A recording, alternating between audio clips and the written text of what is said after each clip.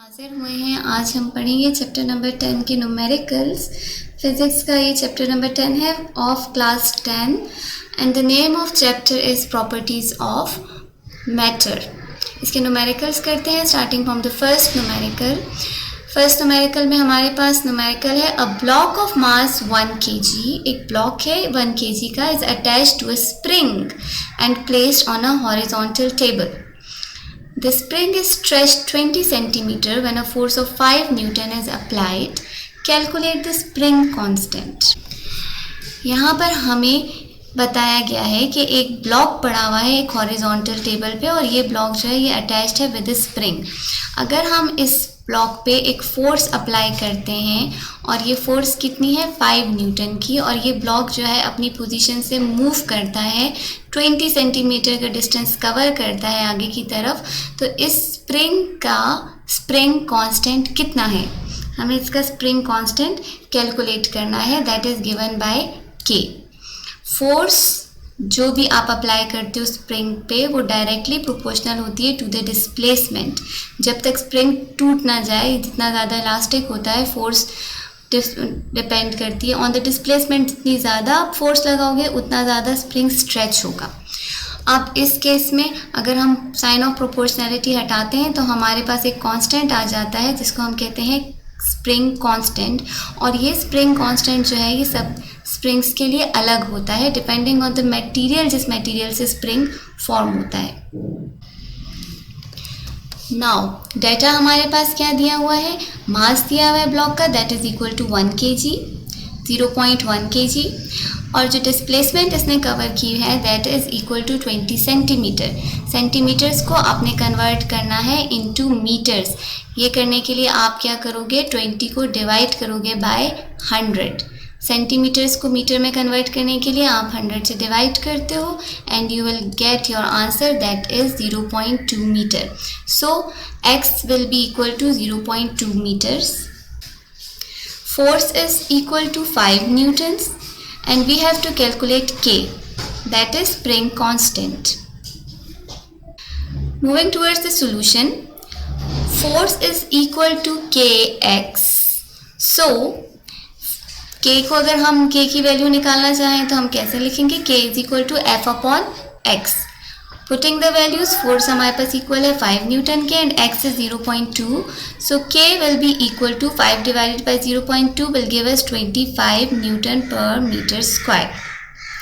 Moving towards our second numerical, A और B इनके बीच में एक स्टील की वायर फर्मली सख्ती से क्लैंप हुई है. वायर की जो लेंथ है that is equal to 1 metre और इसका जो डायामीटर है that is equal to 0.8 millimetres. अब इस पे हम एक ब्लॉक हैंग करेंगे बिल्कुल इसके मिडल में. 1 मीटर का मतलब क्या है, 100 सेंटीमीटर्स. वायर 100 सेंटीमीटर की है, बिल्कुल सेंटर में, यानी 50 सेंटीमीटर इस तरफ रहेगी तार और 50 सेंटीमीटर इस तरफ. बिल्कुल सेंटर में हम एक ब्लॉक हैंग करेंगे और इस ब्लॉक का हमें वेट फाइंड करना है. इसका वेट कितना है ये वेट हमें फाइंड करना है, इसका मास हमें फाइंड करना है. जब एक ब्लॉक आप इस पे अटैच करोगे तो ये जो वायर है ये नीचे की तरफ बेंड हो जाएगी और इसकी जो लेंथ है ये थोड़ी सी इंक्रीज हो जाएगी. अब ये बिल्कुल स्ट्रेट वायर है, जब हमने इस पे मास अटैच किया तो ये जो है नीचे की तरफ झुक जाएगी और इस फॉर्म में ये वायर हमारे पास आ जाएगी. हमें ये फाइंड करना है कि जो मास हमने अटैच किया इसका मास कितना है, इस ब्लॉक का मास कितना है. अब यहाँ पर आप कंसिडर करो ये हमारे पास था पहला पॉइंट जहाँ से तार लगी हुई है, this is the second point, और ये वो मास है जो हमने अटैच किया. जो मिडल पॉइंट है इसको हम ले लेते हैं D. 50 सेंटीमीटर इस तरफ है ये वायर एंड 50 सेंटीमीटर D के उस तरफ है. ये जो जब एक्सटेंड हुई नीचे तक तो इसने जो एरिया कवर किया है, जितना इसने डिस्टेंस कवर किया, जितना ये नीचे की तरफ एक्सटेंड हुई that is equal to 1 centimetre. हमें फाइंड करना है how much is the weight of this block. अब अगर हम एक ट्राइंगल कंसिडर करें, ये वाला जो ट्राइंगल है that is equal to ACD, ये वाला पूरा ट्राइंगल इसको हम कंसिडर करते हैं, this is equal to ACD. इस ट्राइंगल में आप देखो अकॉर्डिंग टू पाइथागोरस थ्योरम अगर हम इस साइड की लेंथ फाइंड करना चाहते हैं, इसकी और इसकी तो हमें पता है, इस वाली साइड की अगर हम लेंथ फाइंड करना चाहते हैं, ये वो लेंथ होगी जितनी ये वायर एक्सटेंड हुई है, इसमें एक्सटेंशन हुई वायर में। इसकी हम लोग अगर लेंथ फाइंड करना चाहेंगे तो उसके लिए हमारे पास कौन सा फॉर्मूला है, ये पाइथागोरस थ्योरम से हाइपोटेनस का square is equal to perpendicular का स्क्वायर प्लस बेस का स्क्वायर। ठीक है, हाइपोटेनस इज इक्वल टू यहाँ पर ए सी के इक्वल है, ये लाइन ए सी है, इसका square is equal to base हमारे पास किसके इक्वल है 50 सेंटीमीटर, इसका स्क्वायर ले लेंगे और perpendicular is equal to 1 centimetre, इसका हम स्क्वायर लेंगे। हमें हमारे पास आ जाएगा 50 का स्क्वायर 2500 प्लस 1 का स्क्वायर 1 ही रहेगा, सो ए सी स्क्वायर की वैल्यू है 2501। चूँकि हमें स्क्वायर नहीं चाहिए, हमें सिर्फ ए सी की वैल्यू चाहिए, तो हम दोनों साइड पे अंडर रूट ले लेंगे और हमारे पास ए सी की वैल्यू आ जाएगी दैट इज़ इक्वल टू 50.099। अब जितनी लेंथ इसकी यहाँ तक है ना, देखो ये बिल्कुल मिड पॉइंट है, इसकी लेंथ हमारे पास कितनी हो गई, ये लेंथ स्ट्रेट में थी 50 सेंटीमीटर और ये एक्सटेंड होके बढ़ के ये कितनी हो गई 50.0099। जितनी लेंथ यहाँ की है उतनी ही लेंथ इस लाइन की भी होगी, यानी BC की भी लेंथ इतनी ही होगी, और दोनों को जब हम ऐड करेंगे तो हमें पता चल जाएगा इस तार में टोटल एक्सटेंशन कितनी हुई है। करके देखते हैं। डायमीटर था हमारे पास 0.8 मिलीमीटर, सेंटीमीटर में कन्वर्ट करेंगे। जिस यूनिट में आप लेकर चल रहे हो, सेंटीमीटर में लेकर चल रहे हो, तो आप पूरा न्यूमेरिकल के तमाम यूनिट्स को सेंटीमीटर्स में कन्वर्ट करोगे। मिलीमीटर को सेंटीमीटर में कन्वर्ट करने के लिए 10 से डिवाइड करेंगे। Centimetre is equal to diameter हमारे पास आ जाएगा 0.08 सेंटीमीटर्स। जो एक्चुअल चीज़ हमें चाहिए that is radius. So radius जो है वो डायमीटर का हाफ होगा। डायमीटर को हम 2 से डिवाइड करेंगे, हमारे पास रेडियस आ जाएगा, और यहाँ पर हमारे पास रेडियस है 0.04 सेंटीमीटर। नाउ एक्सटेंडेड लेंथ, पूरी एक्सटेंडेड लेंथ कितनी हो गई, यहाँ पर हमारे पास ये इसकी ओरिजिनल लेंथ थी, और जब ये जो वायर है ये नीचे की तरफ झुकी वेट की वजह से, तब इसकी लेंथ कितनी बन रही है ये हमें कैलकुलेट करना है। सो एक्सटेंडेड लेंथ जो है वो हमारे पास किसके इक्वल होगी, ये L जो है ये AB प्लस BC के इक्वल है। ठीक है, AB हमारे पास कितनी थी हमने कैलकुलेट किया, AB थी हमारे पास 50.0099। ये हमारे पास किसके इक्वल हो जाएगा, 50.99 को हम मल्टीप्लाई कर देंगे 2 से, सो हमारे पास न्यू वैल्यू आ जाएगी। जो टोटल लेंथ है दैट इज़ इक्वल टू, जो न्यू लेंथ है एक्सटेंडेड लेंथ है दैट इज़ इक्वल टू 100.0198। यानी जो स्ट्रेट लाइन थी, जब अटैच थी ये वायर स्ट्रेट थी, तब इसकी लेंथ थी 100 सेंटीमीटर, और जब हमने इस पर फोर्स डाली और इसको एक्सटेंड कर दिया, अब इसकी न्यू लेंथ कितनी है 100.0198 centimetres. Now increase in length due to load की वजह से जो लेंथ में इंक्रीज हुआ वो कितना होगा, टोटल लेंथ में से हम इंक्रीज्ड वाली लेंथ माइनस कर देंगे, तो जो इंक्रीज है that is equal to 0.0198 centimetres. अब ये वो चीज़ आ गई जो हमें चाहिए थी। इस वैल्यू को लेकर हम आगे प्रोसीड करेंगे।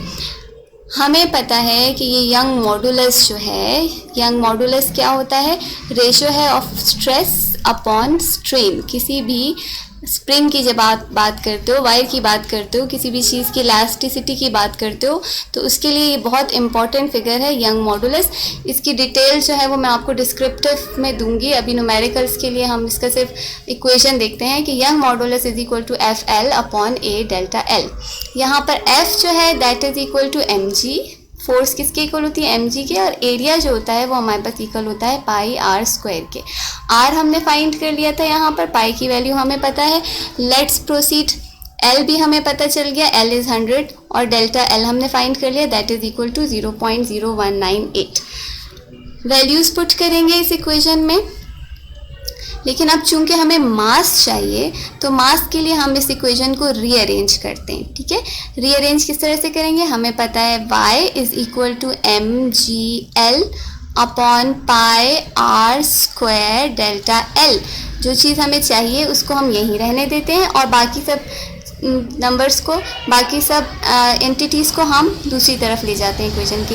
ये पूरा की पूरी इक्वेशन यहाँ पर डिवाइड हो रही है, तो इसको हम इस तरफ ले जाके मल्टीप्लाई कर देंगे y से, और gl से हम इस इक्वेशन को डिवाइड कर देंगे। सो इक्वेशन हमारे पास किस फॉर्म में आ जाएगी, m is equal to y pi r square delta l upon GL। Now यहाँ पर हमने वैल्यूज़ पुट की। Mass is equal to y की वैल्यू हमें दी हुई थी थ्योरम में, प्रॉब्लम में y की वैल्यू थी, that is equal to 2.2 into 10⁻12। Pi की value we know that 3.14। r है हमारे पास 0.04, इसका हमने स्क्वायर ले लिया and this is delta l। सही है, ये पाई की वैल्यू है, ये आर की वैल्यू। यहाँ पर देखो ये 1000 किस लिए आया है, हमें पता है जो ग्रेविटी होती है that is equal to 9.8 metre per second square, या आप अपनी सिंप्लिसिटी के लिए इसको 10 मीटर पर सेकेंड स्क्वायर भी अक्सर कंसिडर करते हैं। ये जो मीटर्स पर सेकेंड स्क्वायर, अगर इसको हम सेंटीमीटर्स पर सेकेंड स्क्वायर में कन्वर्ट करें तो 10 मीटर्स पर सेकेंड स्क्वायर हमारे पास इक्वल हो जाएंगे 1000 सेंटीमीटर्स पर सेकेंड स्क्वायर के। तो यहाँ पर हमने इसकी जी की वैल्यू लगाई दैट इज 1000 सेंटीमीटर्स पर सेकेंड स्क्वायर मल्टीप्लाइड बाय ये जो ओरिजिनल लेंथ थी, ये जो हमारे पास जी हो गया, और ये original length that is equal to L. m is equal to, इन सबको हमने मल्टीप्लाई किया, हमारे पास आ गया 0.00198 मल्टीप्लाई बाय 10⁻12। मल्टीप्लाई करने के लिए आप क्या करोगे, पहले 0.04 को मल्टीप्लाई करोगे 0.04 से, और फिर जो आपके पास आंसर आएगा उसको आप इन नंबर से मल्टीप्लाई कर दोगे, और ये वाला जो फ्रैक्शन है इसको आप एज इट इज़ रहने दोगे जो आप आखिर में लिख रहे हो।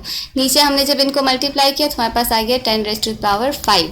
अब चूंकि बेसेस सेम है, ये वाली बेस भी सेम है 10 और ऊपर वाली बेस भी सेम है, तो हम इन नंबर्स को मूव कर सकते हैं। बेसेस जिनकी, ऐसे नंबर्स जिनकी बेसिस सेम हो लेकिन पावर्स अलग हो, उनको हम ऐड या सब्ट्रैक्ट कर सकते हैं। अब ये नीचे के डिविडेंड में ये हमारे पास पॉजिटिव नंबर था, इसलिए ये ऊपर जाके न्यूमरेटर में जाके हमारे पास नेगेटिव हो जाएगा। सो 12 में से जब हम 5 माइनस करेंगे हमारे पास आंसर आ जाएगा 10⁻7। अब पॉइंट को मूव करते हैं, 7 डिजिट्स इस तरफ अगर हम मूव करेंगे तो हमारे पास वेट आ जाएगा that will be equal to 1990 grams. ठीक है, ये वाला आंसर भी सही है, इसके आगे आप ग्राम्स लिख सकते हो, और अगर आप इसको मजीद सिंपल करके आप पेश करना चाहते हो अपना result, so your result will be mass is equal to 1990 grams. Moving to other numerical number 10.3 है। पहले समझते हैं, steel wire 8 metre long and 4 millimetre in diameter fix horizontally between 2 rigid supports. 2 rigid supports के बीच में एक steel की wire को फिक्स किया गया है। वायर की लेंथ है 8 मीटर और वायर का जो डायामीटर है that is equal to 4 millimetres. Calculate the increase in tension when temperature when the temperature falls by 10 degree centigrade, और टेम्परेचर में चेंज हो रहा है that is equal to 10 degree centigrade. Temperature fall हो रहा है और हमने इंक्रीज करना है, हमने ये कैलकुलेट करना है कि इस वायर में अब न्यू टेंशन कितनी है। डाटा हमारे पास है, length of the wire 8 metres, diameter of the wire that is 4 millimetre. Millimetres को हम मीटर्स में कन्वर्ट करने के लिए इसको हम डिवाइड कर देंगे बाय 1000, तो ये कन्वर्ट हो जाएगा इनटू मीटर्स। सो मीटर्स में कन्वर्ट करने के लिए हमारे पास किसके इक्वल हो जाएगा 4 into 10 raise to the power -3। चूँकि हमें रेडियस चाहिए तो इसको हम 2 से डिवाइड करते हैं, ये हमारे पास रेडियस आ गया r इज इक्वल टू,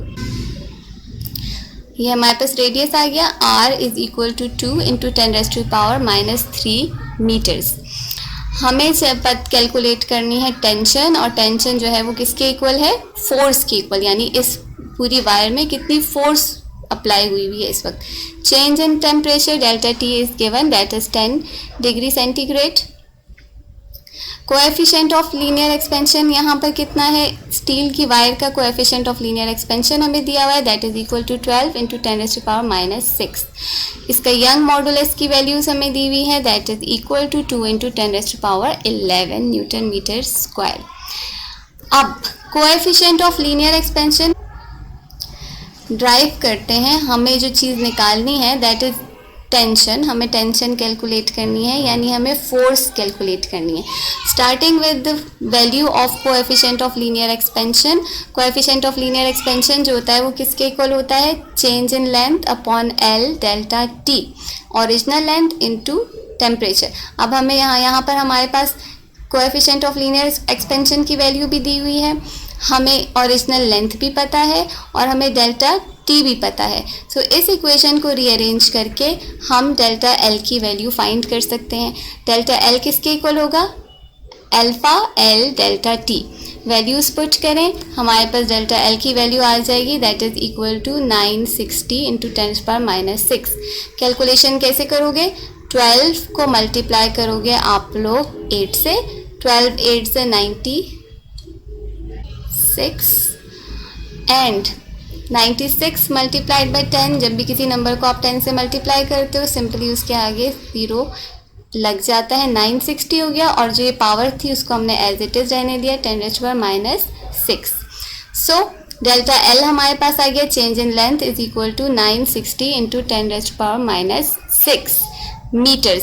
और अगर आप इसको थोड़ा और सिंप्लीफाई करना चाहते हो तो आप डेसिमल पॉइंट को इस पॉइंट से मूव करोगे 1 2 पॉइंट्स इधर जाएगा, तो यहाँ पर हमारे पास 2 डिजिट्स ऐड हो जाएंगे, ये -6 से हो जाएगा हमारे पास -4। सो डेल्टा एल जो है ये किसके इक्वल हो गया? 9.6 इंटू 10⁻⁻4 मीटर्स। यंग मॉडुलस, ये वाली जो इक्वेशन है इस चैप्टर के लिए बहुत इंपॉर्टेंट इक्वेशन है, इसको अच्छी तरह से मेमोराइज कर लो। बार बार ये इक्वेशन आने वाली है और आपको बार बार ये यूज़ करनी पड़ेगी। Young modulus is equal to F L upon A delta L. अब ये वो चीज़ थी जो हमें चाहिए, फोर्स y की वैल्यू हमें दी हुई है, एरिया हम फाइंड कर लेंगे क्योंकि हमारे पास पाई की वैल्यू नोन है, r की वैल्यू हमने ड्राइव कर ली, डेल्टा l हमने फाइंड कर लिया और l हमें दिया हुआ है। इस इक्वेशन को हम रीअरेंज करते हैं फॉर फोर्स। फोर्स के लिए इसको रीअरेंज करेंगे, force is equal to y a delta l upon l। Clear? Force is equal to a की जगह हमने लगाया pi r square, area is equal to pi r square delta l upon l।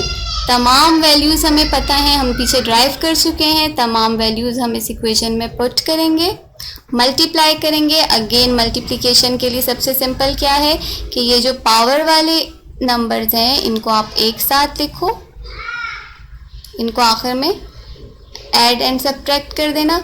Basis same होती हैं, powers add या subtract होती हैं, और जो बाकी नंबर्स हैं उनको मल्टीप्लाई कर लो। टू सिंप्लीफाई करो, हमारे पास आ गया 241.1 मल्टीप्लाइड बाई 10। इनको जब हमने सब्ट्रैक्ट किया तो देखो ये हमारे पास 10 हो गया, 11 माइनस 10 इज इक्वल टू 10, और इन सबको मल्टीप्लाई किया तो हमारे पास आ गया 241.1। 241.1 divided by 8 will give us 30.16 into 10 या 301.6। जब 10 से मल्टीप्लाई करेंगे तो हमारे पास आंसर आ जाएगा 301.6 न्यूटन्स। सो टेंशन जो वायर में प्रोड्यूस होगी that will be equal to 301.6 newtons. Numerical number 10.4 है, 12 kg object from a copper wire. एक 2 kg का ऑब्जेक्ट है जिसको हमने कॉपर वायर से सस्पेंड किया हुआ है। कॉपर वायर की जो लेंथ है दैट इज़ 2.5 मीटर्स, और ये जो ब्लॉक है इसका जो वेट है दैट इज़ 2 kg। इस वायर का डायमीटर है 0.6 मिलीमीटर, और हमें कैलकुलेट करना है कि ग्रेविटेशनल फोर्स की वजह से ये वायर, इस वेट को जब हमने इस पे हैंग किया तो ये कितनी एक्सटेंड हुई। जब भी हम किसी भी स्ट्रेचेबल चीज़ पे कोई चीज़ हैंग करते हैं या उसको स्ट्रेच करते हैं तो उसमें थोड़ा सा लेंथ में चेंज आता है, और उस चेंज को हम डिनोट करते हैं बाय डेल्टा एल। इस न्यूमेरिकल में हमें डेल्टा एल कैलकुलेट करना है।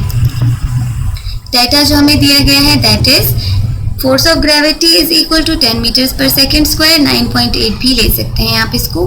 मास is equal to 2 kg, length is 2.5 metres, diameter is 0.6 millimetre.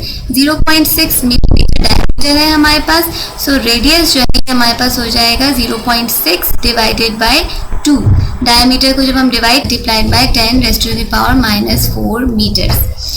Moving ahead, Young modulus हमें इक्वेशन को मॉडिफाई करके जो हमें वैल्यू चाहिए that is of delta L, ये हम फाइंड आउट कर सकते हैं। इक्वेशन को रीअरेंज करते हैं for delta L. Delta L हमारे पास इक्वल हो जाएगा mgl upon pi r square upon y। So values put करेंगे यहाँ पर। मास दिया हुआ है हमें, फोर्स ऑफ ग्रेविटी हमें पता है, लेंथ हमें दी हुई है, पाई की वैल्यू हमें पता है, r हमने फाइंड आउट कर दिया, यंग मॉडुलस दिया हुआ है। सब वैल्यूज हम पुट करेंगे इक्वेशन में।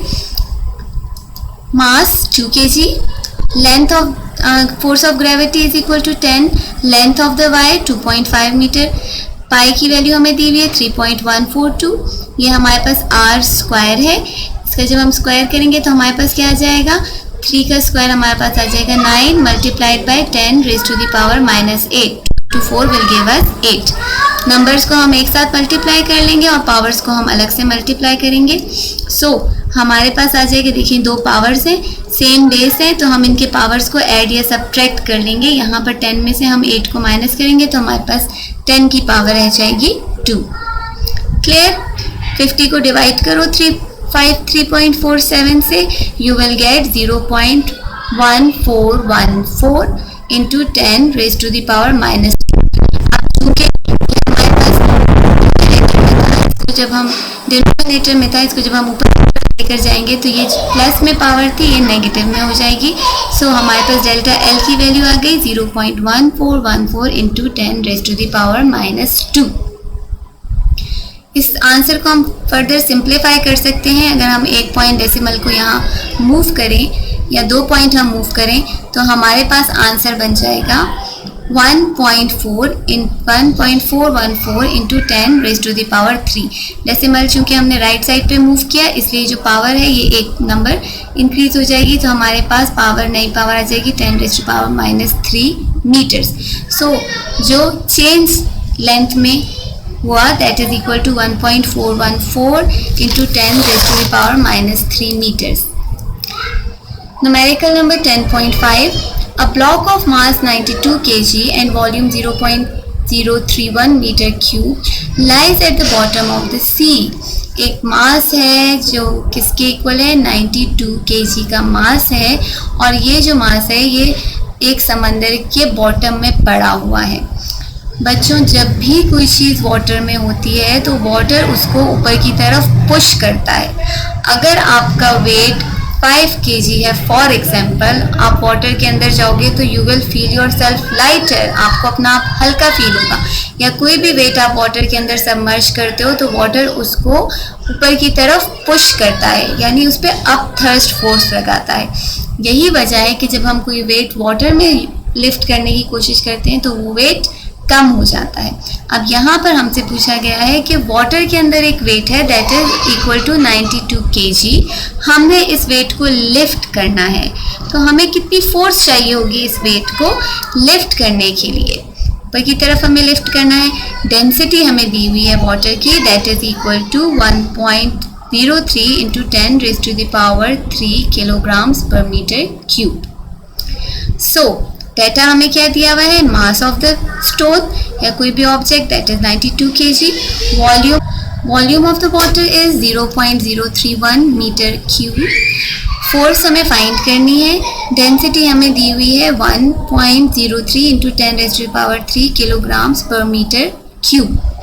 Now for the solution, actual weight जो है ब्लॉक का वो किसके इक्वल होता है, mg के। जब भी हम किसी चीज़ का वेट लेते हैं, weight is always equal to m into g. So weight इसका किसके इक्वल हो जाएगा, मास दिया हुआ है 92 के इक्वल, और ग्रेविटी जो है that is equal to 10, multiply करेंगे तो वेट हमारे पास इसका आ गया that is equal to 920 newtons. Upthrust of water on the block, इस ब्लॉक पे अप थर्स्ट वाटर का कितना है, अप थर्स्ट हम देते हैं बाय रो जी, ये जो साइन है इसको हम रू पढ़ते हैं, और ये साइन है फॉर डेंसिटी, स्मॉल p है और ये डेंसिटी का साइन है। Upthrust of water is equal to rho G B.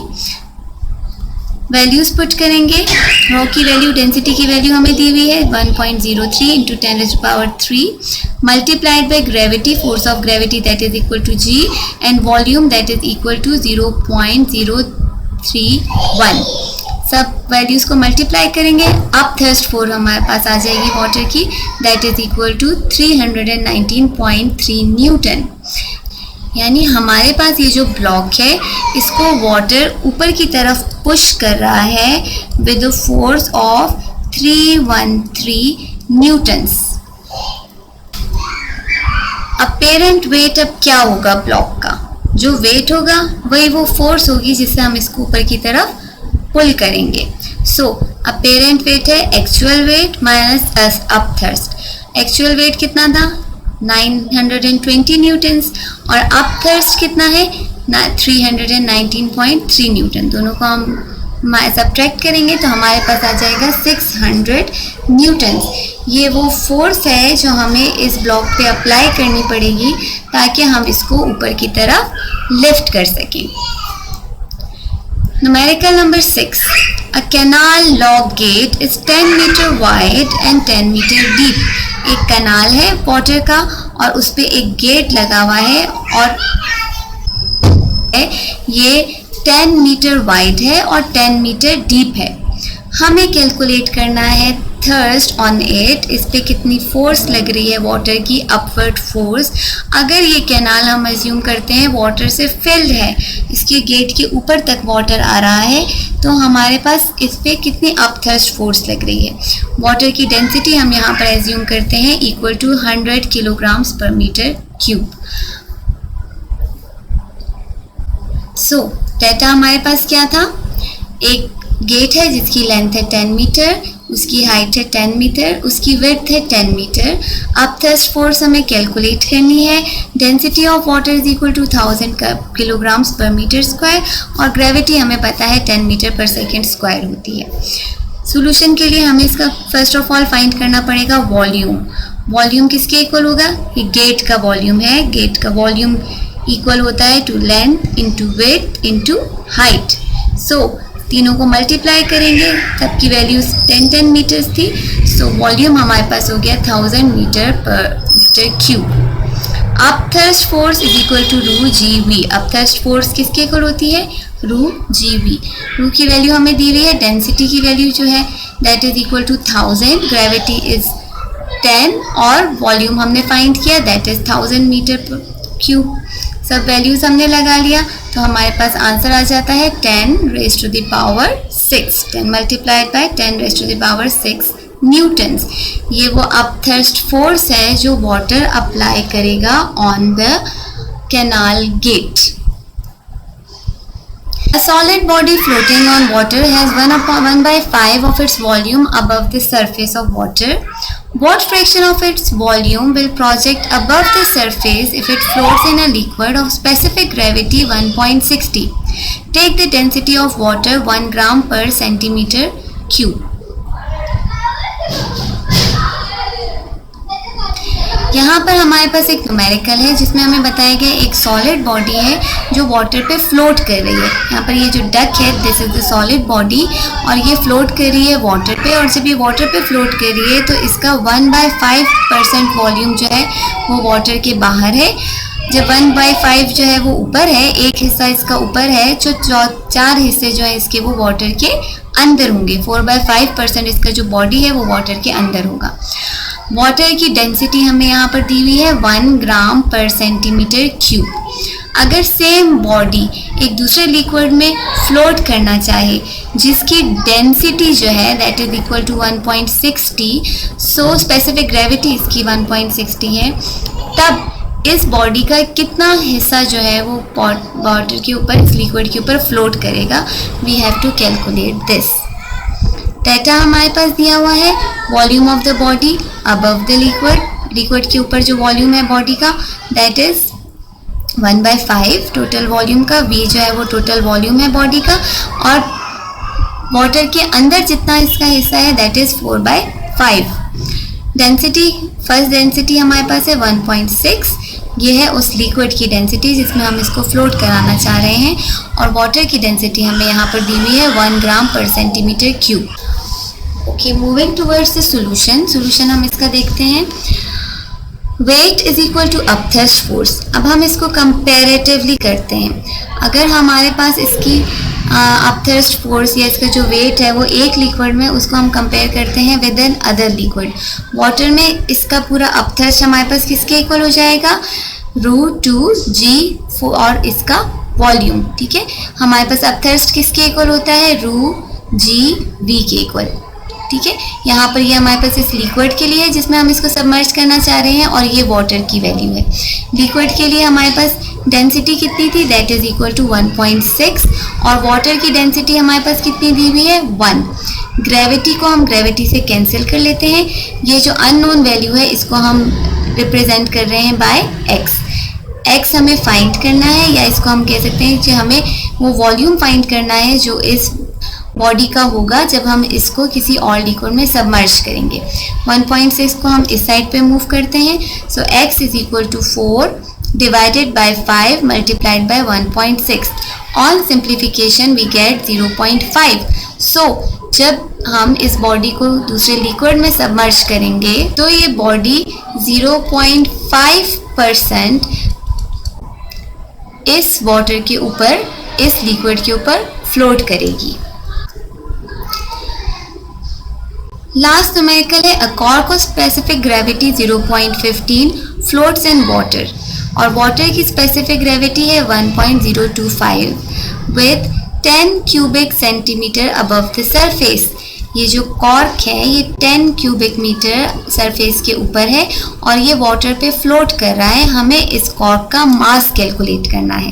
Data हमारे पास है, specific gravity of cork that is 0.15, specific gravity of water is 0.125, volume हम ऑफ कॉर्क जो कि सरफेस के इसके ऊपर फ्लोट कर रहा है that is equal to 10 cc।